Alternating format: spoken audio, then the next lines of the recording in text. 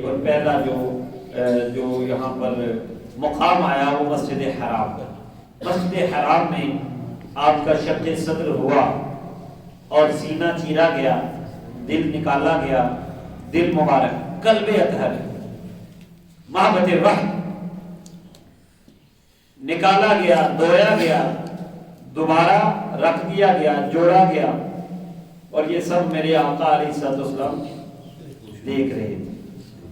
اور اس قلب اقدس میں بھی دو آنکھیں تھیں. سبحان اللہ جی مصطفیٰ کریم صلی اللہ علیہ وسلم دیکھ رہے ہیں. سرجیکل آپریٹ ہو تو پہلے وہ انستھیزیا دیا جاتا ہے، انستھیزیا دیا جاتا ہے اور یہ بے ہوش کیا جاتا ہے. میرے آقا علیہ السلام نے سائنس کے آنے والے جتنے بھی آپریشن تھے ان کو نیچے چھوڑ دیا اور اشارہ بھی کر دیا کہ اس طرح بھی علاج ہوتے ہیں، لیکن یہاں تو علاج کی ضرورت نہیں تھی، یہاں تو اعزاز پر اعزاز. سبحان اللہ. دھونے کا مقصد یہ تھا کہ جیسے آپ وضو پر وضو کرتے ہیں، پہلا وضو ہوتا ہے اس پر وضو کرتے ہیں، یعنی پہلے ہی پاک تھا، مزید اعزاز ہوا.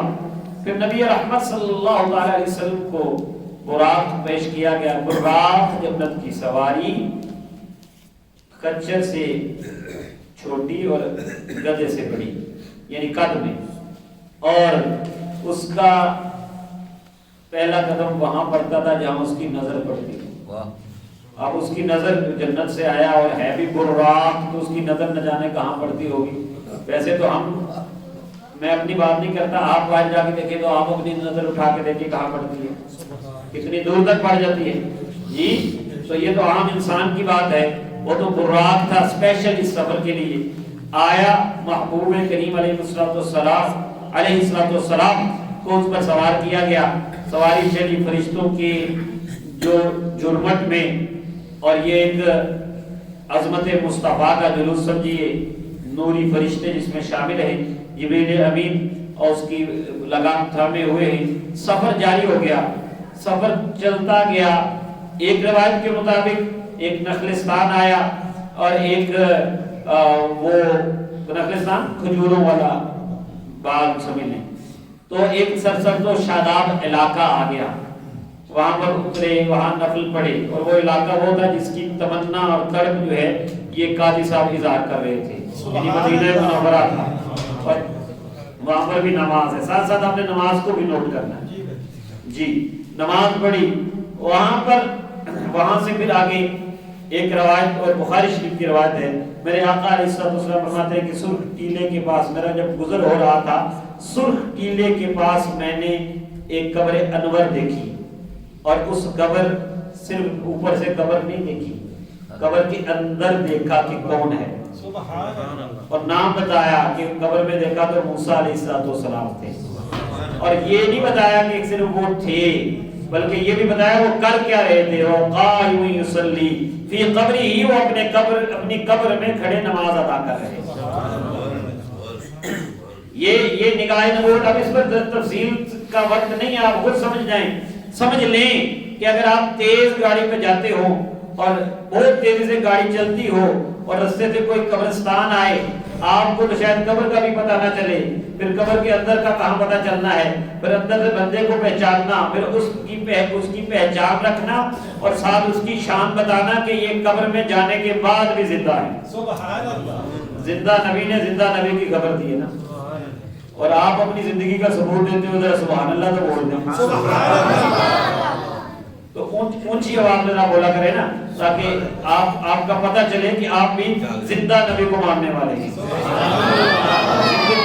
زندگی زندہ دلی کا نام ہے، مردہ دل کیا خاک جیا کرتے ہیں. جن کے دل مردہ ہو جائیں وہ کیا جیتے ہیں.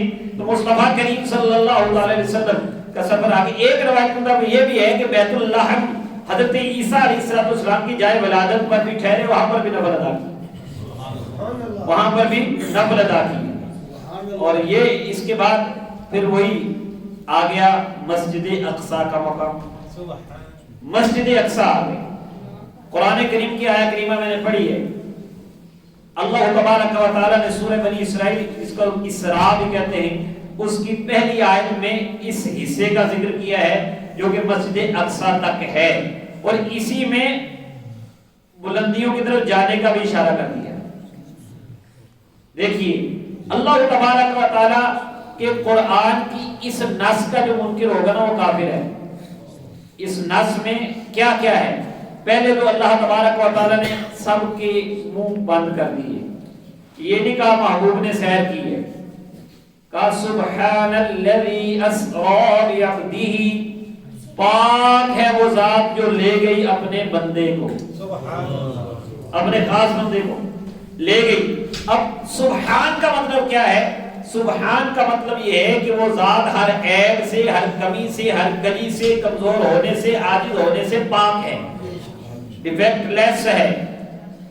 اللہ تبارک و تعالیٰ کے بارے میں ہمارا عقیدہ ہے وہ سب کچھ کر سکتا ہے، سب کا یہ عقیدہ ہے۔ پھر اگر کوئی سوال کرے کہ کیسے گئے، کیوں گئے، کیسے چلے جا سکتے ہیں، یہ ہو گیا وہ ہو گیا، انسان جو ہے وہ اس کا جسم ہے، یہ ہے وہ ہے، وہ کیسے اوپر جا سکتا ہے، یہ ساری چیزیں کوئی کہے کہ نہیں جی خواب کا واقعہ ہے، تو اللہ تعالیٰ نے فرمایا چپ کر جاؤ، سیر کس نے کرائی ہے؟ جو سب کچھ کر سکتا ہے۔ وہ جو تمہارے کیسے وغیرہ ہے اس کے تم محتاج ہو، سائنسی چیزیں اور فلسفے کے تم خود محتاج ہو، اللہ تبارک و تعالی وہ کسی چیز کا محتاج نہیں، وہ خود فرماتا ہے کام ہو جاتا ہے۔ جب اس نے کہا ہے کہ وہ لے گیا راتوں رات، اسرا کا مطلب ہی ہوتا ہے راتوں رات لے گیا، اسرا رات میں سیر کر رہا، اگرچہ بعد میں لیلت پھر آیا ہے، اس کی وجہ میں بتاتا ہوں۔ اسرا رات کے اندر لے گیا، اب کوئی کہ جی خواب میں لے گیا، تو خواب میں تو ہم بھی کئی مرتبہ سوئے پتہ نہیں کہاں سے ہوتے ہیں، سمجھ آ رہی ہے؟ مسجد حرام سے مسجد اقصی تک تو جانا کوئی ایسی بات نہیں تھی، لوگ بھی جاتے تھے، قافلے بھی جاتے تھے، خواب میں بھی کوئی دیکھ سکتا ہے۔ اگر خواب کا ہوتا تو اتنے اہتمام سے اللہ تعالیٰ اپنی قدرت کا اظہار کیوں فرماتا؟ فرمایا اس لیے ہے کہ جو عقل والے، عقل کے پجاری، عقل کے مارے ان کو کہہ دیں، وہ سوال کریں گے۔ اس وقت بھی انہوں نے کیا، آج تک کئی کرنے والے کر رہے ہیں۔ اللہ تعالیٰ نے سب کا منہ بند کر دیا۔ سبحان الذی اسری، وہ رب سب کچھ کر سکتا ہے، ہر کمی کجی کمزوری سے پاک ہے، جس نے سیر کرائی۔ سبحان اللہ، مختصر کرتا جا رہا ہوں، بعبدہ، لے کس کو گیا جی؟ یہاں بھی محمد ابنی کہا، ذات کا نام نہیں لیا، کہا بعبدہ، اپنے خاص بندے کو لے گیا۔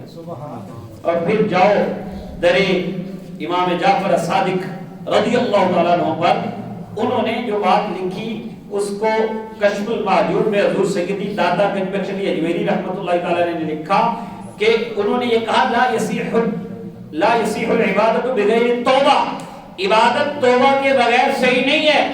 جب تم اس منزل میں جاؤ گے تو اس کی پہلی منزل توبہ ہے۔ پہلی منزل کیا ہے؟ توبہ ہے۔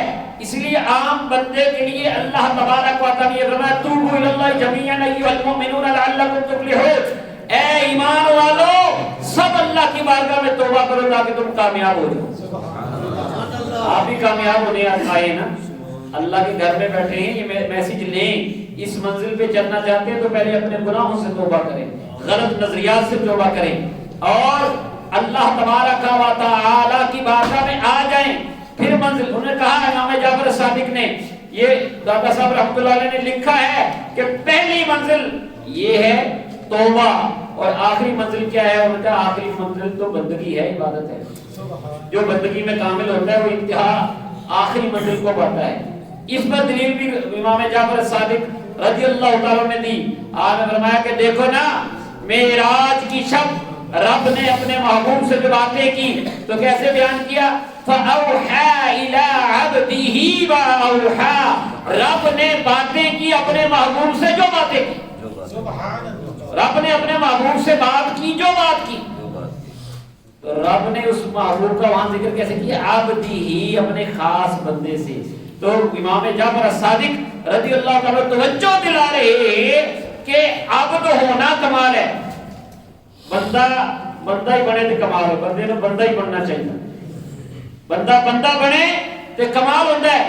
اور سب سے زیادہ بندگی کرنے والے کائنات میں جو عابد ہیں، سب سے زیادہ عبادت کرنے والے وہ میرے اور آپ کے آقا حضرت محمد مصطفیٰ صلی اللہ علیہ وسلم، اور مقصد ہی ہمارا یہی ہے۔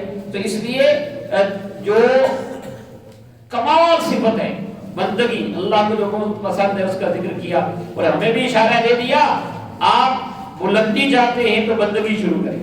زندگی آمد برائے بندگی، بے بندگی شرمندگی. یہ زندگی ملی ہی بندگی کے لیے ہے، بغیر بندگی کے تو شرمندگی ہی شرمندگی. تو آپ دیکھیں نبی رحمت صلی اللہ علیہ وسلم کو یہاں پر ایک اور بھی نکتہ ہے. یہ نہیں کہا گیا بھی روحی ہی بھی جسدی ہی، عبد کہا گیا. عبد کا مطلب یہ ہوتا ہے جو جسم اور روح کے ساتھ ہو. سبحان اللہ. جسم اور روح کے ساتھ